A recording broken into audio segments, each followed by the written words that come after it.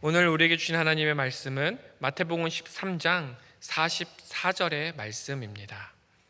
마태복음 13장 44절의 말씀, 제가 가진 성경으로는 신약성경 22면에 있습니다.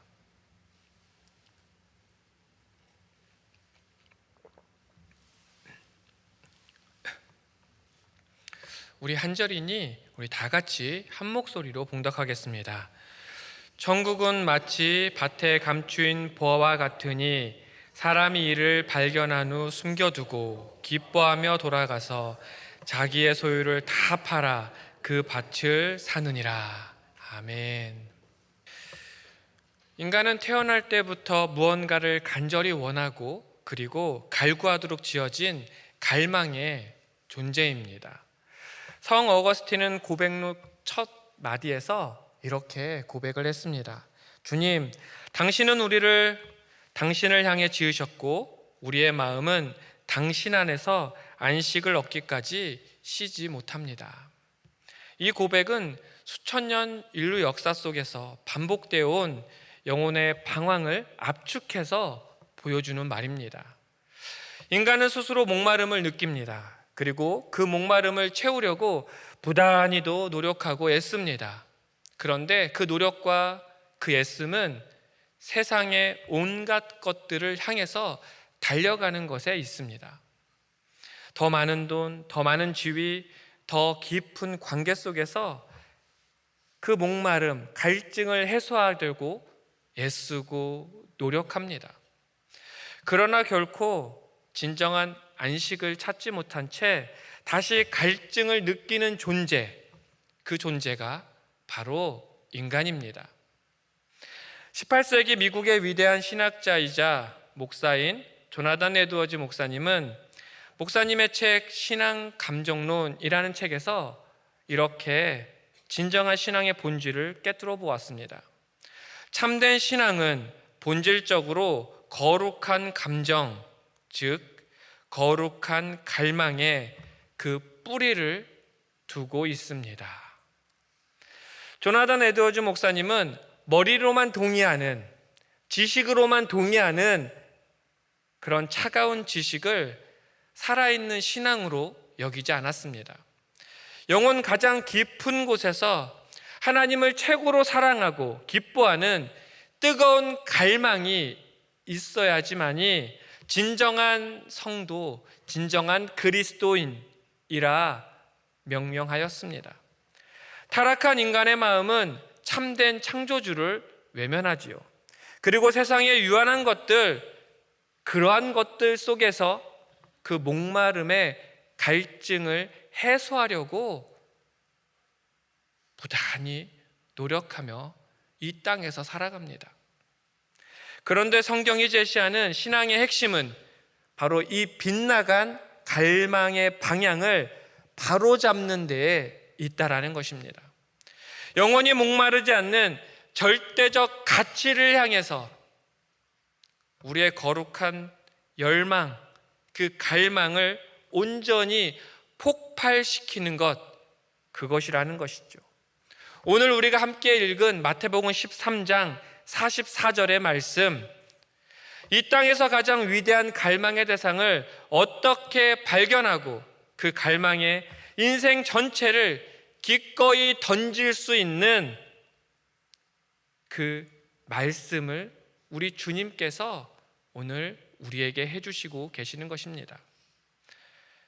그러면서 그 대답을 예수님께서 한 편의 짧은 비유 속에서 온전하게 담아서 우리에게 말씀하십니다. 오늘 본문이 예수님께서 천국에 대해서 비유로 말씀하시는 그 상황입니다. 천국을 밭에 감춘 보화에 비유하고 계신 것이죠.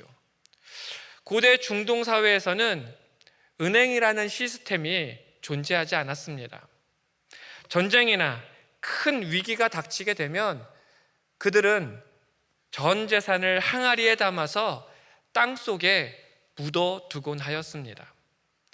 이스라엘 땅은 아수르, 바벨론, 그리고 예수님이 사시던 시대에 로마, 그런 것과 같은 강대국들에 의해서 반복적으로 침략을 경험했던 땅이었습니다. 전쟁 중에 주인이 죽거나 포로로 끌려가게 되면 그 주인이 항아리에 담아서 땅속 깊이 숨겨두었던 그 보화는 수십 년 동안 캄캄한 땅 속에서 감추어진 채 남게 됩니다. 어느 날 남의 밭을 빌려서 농사짓던 한 농부가 있었습니다.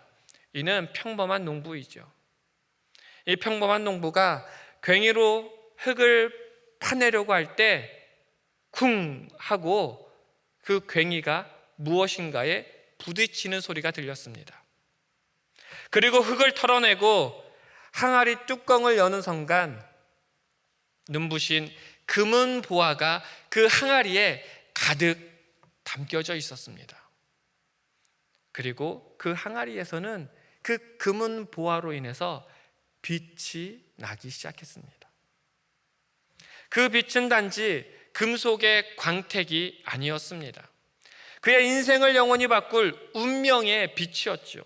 이 보화는 우리의 얄팍한 소원을 들어주는 기복적인 축복, 그런 것이 아닙니다. 그러면 무엇입니까? 사도 바울이 골로새서 2장 2절 3절에서 이렇게 우리에게 또 선언합니다. 이는 그들로 마음의 위안을 받고 사랑 안에서 연합하여 확실한 이해에 모든 풍성함과 하나님의 비밀인 그리스도를 깨닫게 하려 함이니 그 안에는 지혜와 지식의 모든 보화가 감추어져 있느니라. 이 보화는 바로 예수 그리스도인 것이죠. 예수님의 십자가의 은혜, 나를 향한 무조건적인 사랑, 만물을 다스리시는 그 예수님의 영광스러운 통치, 그것입니다. 농부는 보화의 절대적 가치를 깨달았습니다. 그리고 즉각적으로 삶의 방향을 완전히 바꾸게 됩니다. 진정한 가치를 마주한 자의 가슴, 뜨겁게 용광로처럼 그 마음이 뜨거워지게 되어 있습니다. 그 보화 앞에서 이전의 모든 것들은 빛을 잃게 됩니다.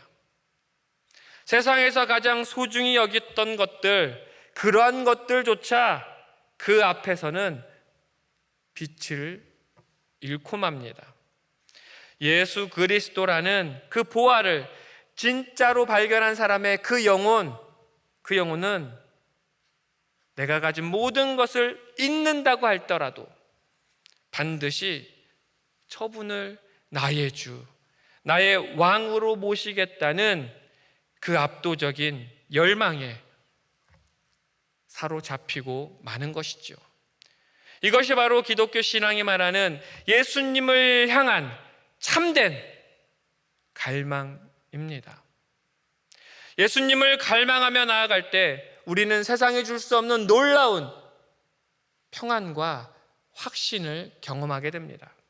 그런데 반대로 세상의 것을 갈망하게 될 때, 세상의 것을 열망하게 될 때 필연적으로 따라오는 감정이 우리 가운데는 있습니다.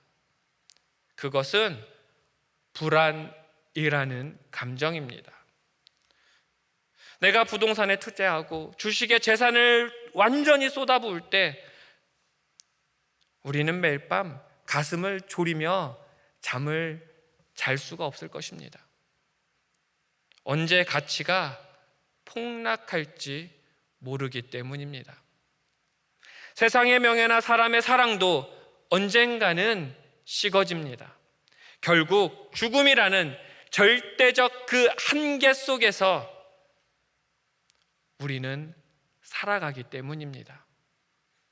세상 모든 부귀영예를 누렸던 솔로몬, 그 솔로몬은 이 진리를 수천 년 전에 꿰뚫어 보았습니다. 전도서 1장 2절의 말씀입니다. 전도자가 이르되 헛되고 헛되며 헛되고 헛되니 모든 것이 헛되도다. 그렇죠. 세상의 모든 것은 아침 안개처럼 다 사라지고 마는 것입니다. 그래서 모든 세상의 것들은 다 헛되고 헛된 것들입니다. 그러나 예수 그리스도를 향한 갈망에 우리의 인생을 걸게 될 때 우리 내면에는 결코 흔들리지 않는 영광의 소망이 자리 잡게 되는 것입니다. 그리스도 안에서 주어진 구원, 죄 사함의 은혜, 영원한 생명, 그것은 반드시 성취되는 절대적인 약속이기 때문입니다. 예수님께서 십자가에서 다 이루셨다 말씀하셨습니다. 다 이루셨다, 다 이루었다 선언하시며 완성해 놓으신 그 진리가 우리 앞에 있습니다. 다 이루었다, 이 단어는 헬라어로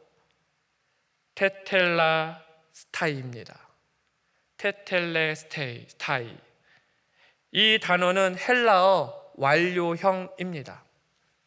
완료형은 이미 이루어진 일이 완전히 성취되었고, 그리고 그 결과가 현재에도 유효함을 나타내는 단어입니다. 따라서 예수님의 십자가 사역은 미완성이 아닙니다. 예수님의 십자가 사역은 완전한 성취입니다. 그리고 그 구원의 효력은 오늘 우리에게도 여전히 적용되고 있는 것이지요. 세상 나라와 권력은 역사의 뒤안길로 사라지겠지만 만왕의 왕 예수 그리스도의 이름과 그 예수 그리스도의 나라는 영원토록 빛납니다. 이 영광의 확실성이야말로 우리가 모든 소유를 기쁨으로 팔아서 주님을 따를 수 있는 바로 가장 든든한 반석인 것이지요. 그런데 여기서 중요한 질문이 하나 생기게 됩니다. 이토록 확실한 보화가 있다면, 이런 확실성을 가지고 있는 보화가 분명히 있다면 왜 모든 사람이 이 보화를 발견하지 못한다라는 것인가? 라는 질문이 생기게 되어 있습니다. 흔들리지 않는 반석이 우리 앞에 놓여 있음에도 불구하고 수많은 사람들이 그 밭 위를 걸어 지나갔는데 어떻게 오직 이 농부만이 보화를 발견할 수 있었던 것입니까? 세상에는 예수님에 대해 들어본 사람들이 수많이 있습니다. 수없이 많은 사람들이 예수님 그 이름을 들었습니다. 그 중에 어떤 이들은 예수님을 무거운 짐짝처럼 생각하면서 스쳐 지나갑니다. 그러나 어떤 이들에게는 생명을 다해 사랑할 바로 우주적 보화로 다가오게 되는 것이죠.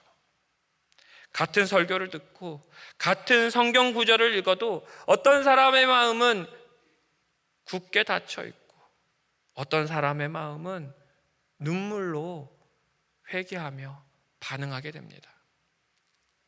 이 놀라운 차이, 결코 지식의 유무나 도덕적 노력에서 비롯되지 않는 것이죠. 성경은 이를 거듭남의 신비로 설명합니다. 우리는 본질적으로 영적인 시력을 잃어버린 상태로 태어납니다. 에베소서 2장 1절은 우리를 이렇게 정의합니다. 허물과 죄로 죽었던 너희들. 허물과 죄로 죽었던 저와 여러분이 바로 이 땅에 태어난 존재였습니다. 이것은 영적인 죽음이지요. 사도 바울은 또한 고린도후서 4장 4절에서 이렇게 경고합니다. 이 세상에 신이 믿지 아니하는 자들의 마음을 혼미하게 하여 그리스도의 영광의 복음의 광채가 비치지 못하게 함이네. 타락한 인간의 눈에는 돈과 쾌락과 권력이 태양처럼 빛나 보입니다. 그것처럼 아름다워 보일 수가 없는 것이죠. 그리고 십자가에 달리신 예수 그리스도의 그 십자가의 숭고함, 그 은혜는 철저히 보이지 않는 것입니다. 우리 스스로의 의지와 노력으로는 그 보화의 진가를 발견할 수 없습니다. 인간의 힘으로는 닫힌 눈을 스스로 열 수 없는 존재입니다. 오직 성령 하나님께서 굳은 우리의 마음을 부드럽게 해주실 때 우리의 영적 시력이 회복되는 것입니다. 고린도후서 4장 6절은 이 기적을 이렇게 선포합니다. 어두운 데 빛이 빛이라 말씀하셨던 그 하나님께서 예수 그리스도의 얼굴에 있는 하나님의 영광을 아는 빛을 우리 마음에 비추셨느니라. 창조 때에 첫 빛을 만드신 그 하나님께서 구원의 사역에서도 동일하게 어두운 심령들에게 빛을 비추십니다. 성령의 빛이 임할 때 이전에 나를 사로잡고 있었던 세상의 유혹들은 내가 그렇게 빛나게 보았던, 내가 그렇게 아름답게 보았던 세상의 것들은 빛을 잃고 마는 것입니다. 예수 그리스도의 이름이 내 영혼을 뒤흔드는 절대적 보화로 다가오는 것입니다. 거듭남은 나의 가장 큰 갈망의 대상이 예수님으로 완전히 교체되는 영광스러운 사건입니다. 그렇게 거듭남을 통해서 예수님을 최고의 보화로 삼게 된 성도는 넘치는 기쁨 속에서 믿음의 여정을 걷게 됩니다. 그런데 갈망과 보화를 얻는 기쁨을 신앙의 전면에 내세우게 될 때 때로는 두 가지의 의심을 우리가 품게 되고 두 가지의 의심이 고개를 들기도 합니다. 첫 번째 의심은 보화를 갈망하고 기쁨을 추구하는 것 자칫 이기적인 신앙으로 변질될 수 있지 않은가라는 의심입니다. 두 번째 의심은 기쁨에만 집중한다면 다른 사람을 위해 희생하고 섬기는 이타적 사랑의 가치가 훼손되지 않은가라는 의심입니다. 이러한 우려와 의심 때문에 많은 사람들이 예수님 안에서 뜨겁게 기뻐하는 것을 경계하기도 합니다. 그러나 하나님이 진정으로 원하시는 것은 바로 벅차오르는 기쁨이 이끄는 참된 헌신입니다. 본문의 농부를 자세히 들여다보면 농부는 돌아가서 자기의 소유를 다 팔았습니다. 전 재산, 평생 피땀 흘려 모은 돈, 자신을 지켜주던 그 안전망을 송두리째 처분했습니다. 이 엄청난 결단이야말로 예수님이 요구하시는 철저한 자기 부인의 완벽한 본보기이죠. 그런데 이 순간 농부의 감정 상태 어떠했습니까? 성경은 그 농부의 감정을 이렇게 표현하고 있습니다. 기뻐하며 돌아가서 소유를 팔았다 명확하게 기록하고 있습니다. 전 재산을 처분하는 그 희생 앞에서 농부는 기뻐하며 속으로 환희의 춤을 추며 돌아가서 그의 모든 재산을 다 팔았다 이야기하고 있습니다. 자신이 지불하는 비용보다 새롭게 얻을 보화의 가치가 무한히 크다는 것을 확신했기 때문입니다. 가장 위대한 포기가 가장 위대한 기쁨이 됨을 확신히 그는 알았던 것이지요. 기독교의 자기 부인, 고통을 숭배하는 금욕주의와 근본적으로 다릅니다. 고대 스토아 철학자들은 고난을 견디며 감정에 휘둘리지 않고 이성으로 자신을 다스린 삶을 이상으로 여겼습니다. 그러나 기독교에서 말하는 참된 자기 부인은 더 크고 더 위대하며 영원한 기쁨, 즉 예수 그리스도를 충만하게 누리기 위해서 썩어질 세상의 기쁨을 미련 없이 버리는 위대한 선택입니다. 미국의 목회자이자 신학자이신 존 파이퍼 목사님은 이를 간결하게 이렇게 요약하셨습니다. 하나님은 우리가 하나님 안에서 최고로 만족할 때 가장 큰 영광을 받으십니다. 하나님은 우리가 하나님 안에서 하나님으로 인해서 최고로 만족할 때 하나님은 가장 큰 영광을 받으시는 분이십니다. 무한한 천국 보화가 기다리고 있음에도 불구하고 잠깐의 세상의 그 쾌락에 빠져서 쉽게 타협하는 빈약한 갈망, 그것이 우리가 경계해야 할 가장 큰 위험인 것이지요. 이제 이 기쁨은 우리 안에만 머물지 않습니다.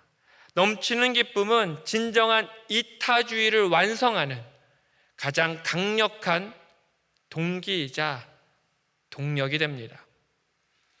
내 영혼이 세상의 결핍에 시달릴 때 우리는 무의식적으로 하는 행동들이 있습니다. 사람들을 내 욕구를 채우는 수단으로 이용한다라는 것입니다. 내가 무엇인가 계속 부족하다고 느낄 때 사람들을 내 욕구를 채우는 수단으로 이용하며 내 안에 비워져 있는 것을 채우려 한다라는 것입니다. 그러나 예수 그리스도라는 무한한 보화를 소유하여서 내 영혼의 기쁨과 만족이 넘쳐 흐르는 참된 성도라면 풍성한 은혜 안에서 이제 타인을 대하게 됩니다. 보화를 가진 자의 넉넉함, 그 넉넉함으로 나의 시간과 물질을 기꺼이 내어주면서 잃어버린 영혼들을 품게 됩니다. 참된 사랑은 내가 발견한 이 엄청난 보화의 기쁨으로 이웃들을 적극적으로 초대하는 영광스러운 사명인 것이지요. 내가 먼저 보화를 소유한 자로 풍성이 채워졌기 때문에 내 안에 이제 비워져 있는 것이 없이 오직 예수 그리스도를 향한 그 갈망으로, 오직 예수 그리스도라는 그 보화로 가득 채워졌기 때문에 비로소 진정으로 나누어 줄 수 있는 것입니다. 그렇다면 이 기쁨은 구체적으로 어디에서 가장 선명하게 빛나게 되는 것입니까? 바로 우리가 매일 마주하는 가족과 이웃들의 영혼을 살리는 그 현장에서 빛을 발하게 됩니다. 위대한 거래의 기쁨, 우리가 매일 마주하는 가족과 이웃들의 영혼을 살리는 그 일에 집중하게 될 때 가장 생명력 넘치는 능력으로 빛을 발하게 되는 것이죠. 우리의 가족과 이웃들을 한번 찬찬히 돌아보시기 바랍니다. 겉으로는 무탈해 보일 수 있습니다. 그러나 영원한 소망을 알지 못한 채 삶의 무게에 짓눌러 방황하며 내면의 공허함 속에서 죽어가는 그 영혼들이 우리의 곁에 있습니다. 매일 아침 눈을 뜨는 그 이유를 잃어버린 채 하루하루를 버텨내는 사람들, 화려한 외면 뒤에 깊은 외로움을 감추고 살아가고 있는 그 사람들이 지금 우리의 가족과 이웃들 속에서 살아가고 있습니다. 예수 그리스도라는 무한한 보화를 영혼 깊이 소유한 성도는 이들을 향해서 이제 완전히 새로운 시선으로 바라보게 되고 새로운 시선으로 다가가게 됩니다. 내 영혼이 이미 이 땅의 주관자이신 주님으로 채워져 있기에 우리는 가족과 이웃에게 인간적 위로나 유익을 얻으려는 얄팍한 기대가 아니라 그들을 향한 소망을 품게 되는 것이죠. 내 안에서 폭포수처럼 흘러넘치는 그 십자가의 생명을 가족과 이웃의 메마른 심령 가운데 아낌없이 부어줄 수 있게 되는 것입니다. 그리고 그 영혼을 영원한 사망에서 건져내는 일에 내 온 마음과 온 정성을 다 쏟아내게 되는 것이죠. 주님으로 채워진 자의 시선은 바로 가족과 이웃의 필요를 향해서 자연스럽게 나의 시선이 열리게 되는 것입니다. 이 거룩한 갈망은 우리를 영원한 그 죄의 사망에서 건져내신 예수 그리스도의 크신 은혜로 향하게 되고 그 크신 은혜를 먼저 경험한 저와 여러분, 영혼 구원의 현장으로 우리는 우리의 시선을 돌려야 하는 것입니다. 복음을 전하고 한 영혼을 주님께로 인도하는 일, 의무감으로 짊어지는 수고가 아닙니다. 내가 발견한 세상 최고의 보화를 사랑하는 이들에게, 내가 너무나도 사랑하는 가족에게, 나와 이 땅에서 숨을 쉬며 살아가는 이웃에게 기꺼이 나누어주는 벅찬 환희의 축제인 것이죠. 한 영혼을 품고 눈물로 기도하며 나의 시간과 물질과 에너지를 온전히 쏟아붓는 그 모든 과정들, 십자가의 은혜 앞에서 압도적인 감격이 되는 것입니다. 죽어가던 가족과 이웃의 영혼이 예수 그리스도를 만나서 영원한 생명으로 피어나는 그 기적을 내 눈으로 목도하는 것, 그 자체에서 그리스도의 심장과 맞닿은 깊은 희열을 경험하게 되는 것입니다.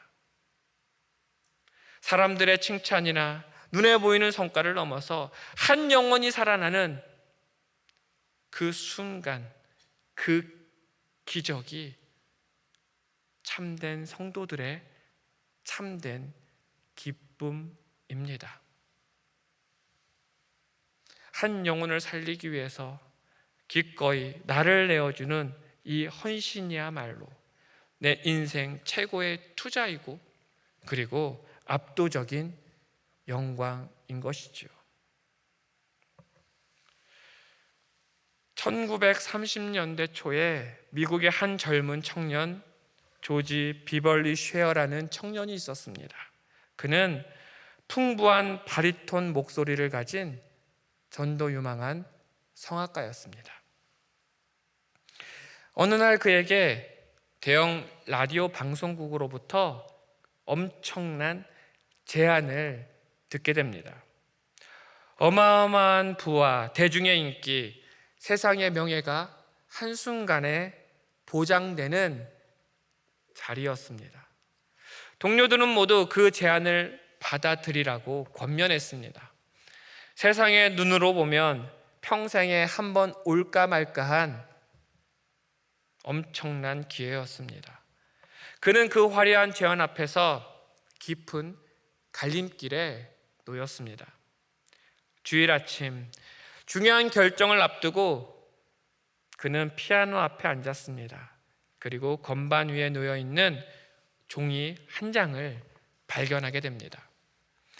그것은 그의 어머니가 조용히 올려놓은 레아 밀러 여사의 한 편의 시였습니다. 그 시는 이렇습니다. 주 예수보다 더 귀한 것은 없네. 이 세상 부귀와 바꿀 수 없네. 주 예수보다 더 귀한 것은 없네. 이 세상 명예와 바꿀 수 없네. 이 시를 읽어 내려가는 순간 조지 비벌리 슈어는 그의 영혼에 십자가의 보화가 찬란하게 빛을 발하기 시작했습니다. 그는 쏟아지는 눈물을 주체하지 못한 채 그 자리에서 건반을 두드리면서 곡을 써내려가기 시작했습니다. 바로 오늘 우리가 찬송한 찬송가 94장이 탄생하는 순간이었습니다. 그가 발견한 보화의 가치는 세상의 그 어떤 계약금보다 무한히 컸던 것입니다.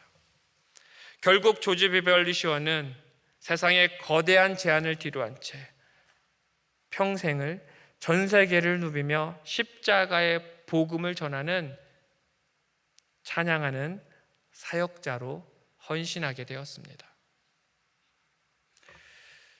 사랑하는 성도 여러분, 지금 여러분의 영혼을 가득 채우고 있는 가장 뜨거운 갈망은 무엇입니까?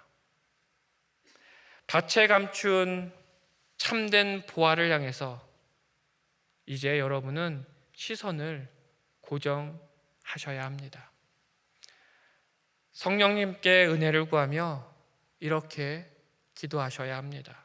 주님, 예수 그리스도의 얼굴에 있는 하나님의 영광을 나는 빛을 내 마음에 비추사 주님이 내 인생에 가장 위대하고 찬란한 보화임을 명확하게 보게 하여 주옵소서. 그렇게 기도하며 나에게 주신 그 보화를 귀하게 여기며 이 땅에서 여러분이 사랑하는 가족과 이웃에게 그 보화를 자랑해야 합니다. 이 보화를 우리는 위해서 우리의 오랜 교만함, 안일함, 세상의 인정에 대한 목마름을 과감히 내려놓아야 합니다.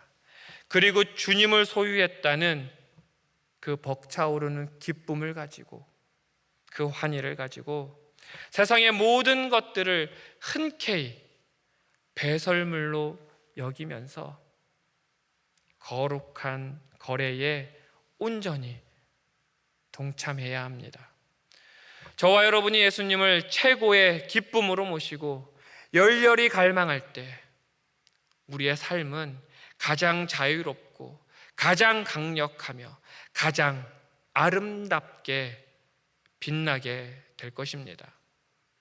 그 기쁨이 흘러넘쳐서 곁에 있는 가족과 이웃의 영혼을 적실 수 있어야 할 것이고 죽어가는 자들에게 생명의 소식을 전하는 위대한 사명의 통로로의 삶을 사셔야 합니다.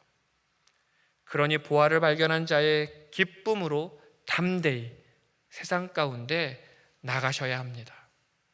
세상이 알지 못하는 그 기쁨, 우리 삶 전체를 통해서 빛나게 됨을 우리가 기억하면서 이 위대한 발견과 기쁨의 축제에 우리의 온 존재를 기꺼이 내어 드릴 수 있는 삶이 되어야 할 것입니다.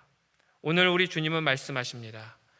천국은 마치 밭에 감추인 보화와 같으니 사람이 이를 발견한 후 숨겨두고 기뻐하며 돌아가서 자기의 소유를 다 팔아 그 밭을 사느니라. 기도하시겠습니다.